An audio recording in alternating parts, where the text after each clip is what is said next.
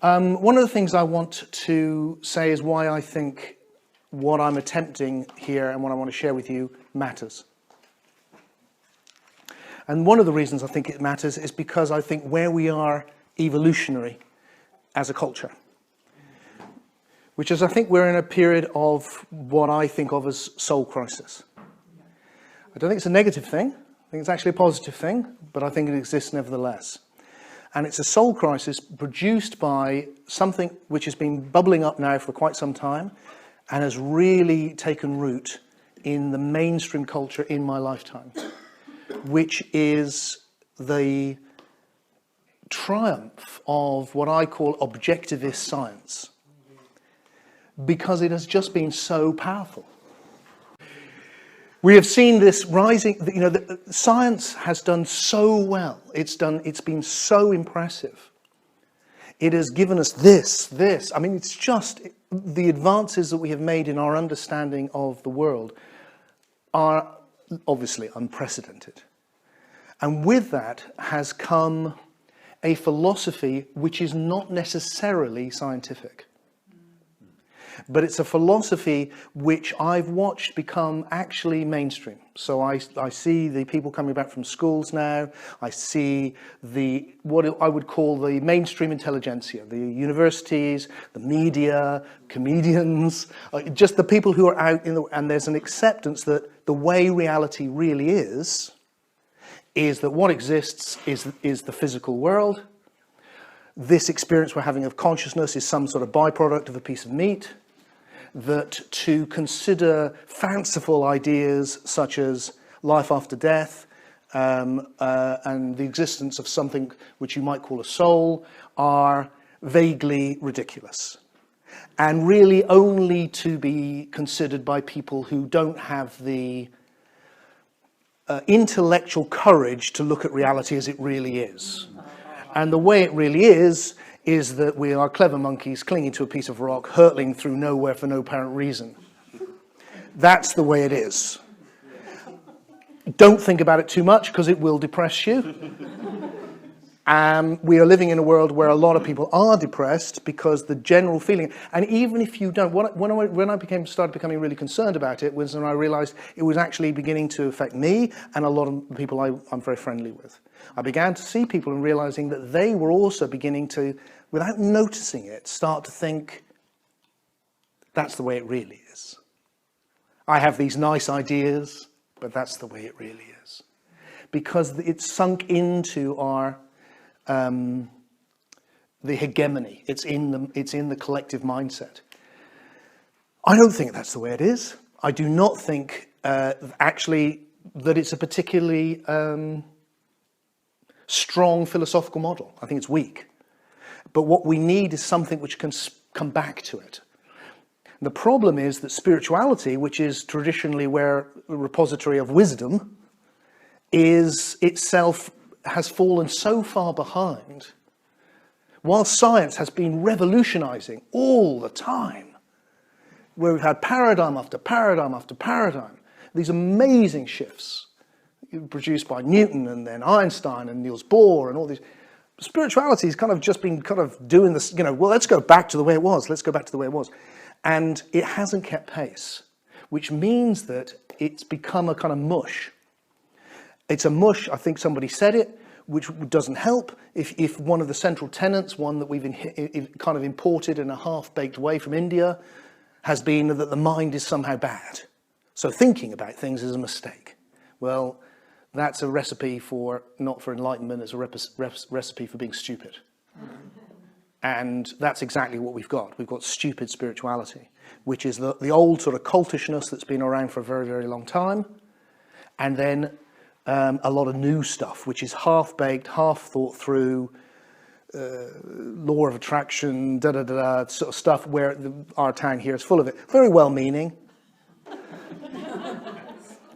But not going to be able to remotely address the level of clarity and power that is being produced by by science, which is feeding out this negative philosophy which needs to be questioned. So my feeling is that there are a lot of good things going on in spirituality too. really exciting things. I meet people doing amazing things all the time. It's just that it's starting. And what we need is something where this cannot fit in with this. You see, what I see is that a lot of the new spirituality also is trying to go, oh, look, it's really all quantum physics. And it's like, is it? And then a whole load of spurious things are claimed to be quantum, and they're not.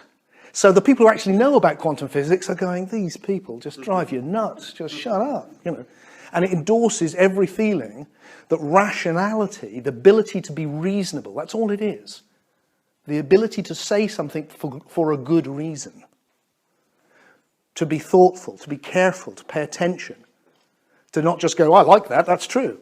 But to actually go, to question yourself. That's a province only of the objectivists, only of people who are doing science. These guys don't do it.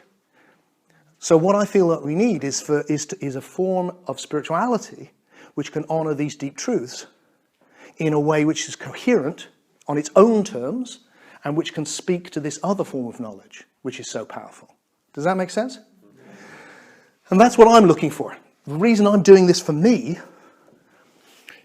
is, and I hope this is why it will speak to you, is because I want to explain my life.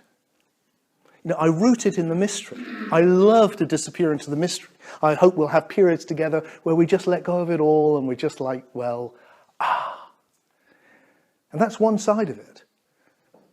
And I come back to this and I need a story. And I have one whether I like it or not. And if I don't question the story, I'll just have the story I picked up from those around me in my culture.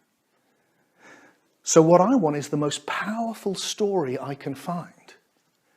A story which does two things, which reveals more and more of reality, so I see more all the time, and which actually accounts for my experience. And that's the hard bit. Because my experience is ambiguous. My experience is that life is everything.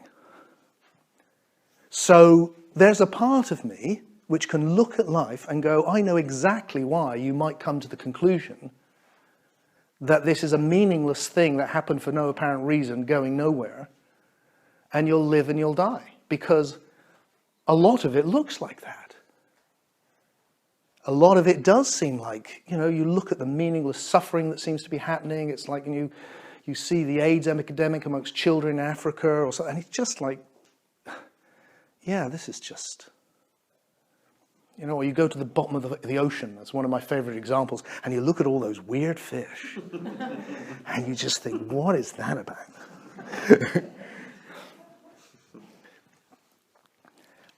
On the one hand, and in my own personal life as well, those terrible, things that happen, and, being with my mum dying of cancer, just like, what the hell? And I have the experience,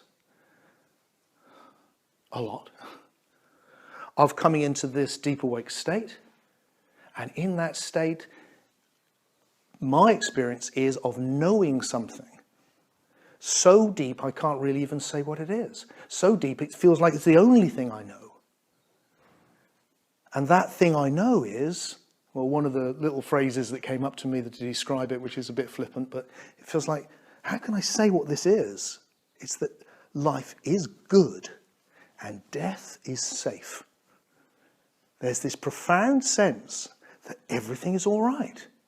That underneath it all the weird fish and the stuff, there is something so meaningful here, so deep.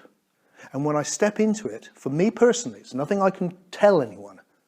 There's no argument involved. There's no, one feels it for oneself. But a complete conviction of the essential benevolent nature of this thing that I'm in, despite all of that. So how the hell can I live in a world which is that sublime, where it's that beautiful, where I can feel like things that happen to me, they're kind of meant to be in some way sometimes, or all the time, or whenever, some of the time. Or I feel in relationship to something greater than myself, which is loving. or I feel like essentially I am the whole thing, or all these things which we associate with these deep mystical states. How can that be true? And the banality, the classic philosophical problem is the problem of evil. You come over here to the spiritual side and it's like, yeah, I'm in relationship to this being of love. I know what that feels like. But if there's this here, and you can get into that. It's like, it's lovely, isn't it? Life is so beautiful, and let's look at the lovely things, and God, and we're here together, and it's great. And just don't look at the fact that those awful things are happening. So how can it be that there's this great goodness allowing, and really just so terrible? How can that be?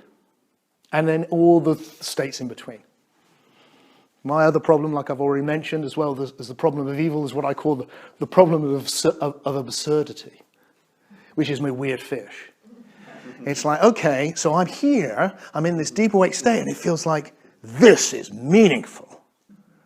This journey I'm on, this, what's happening to my life, this is not random, this is not, 13.5 billion years of something. It's like, this means something. This is hugely significant. And if this means, it's like 200 million years of dinosaurs.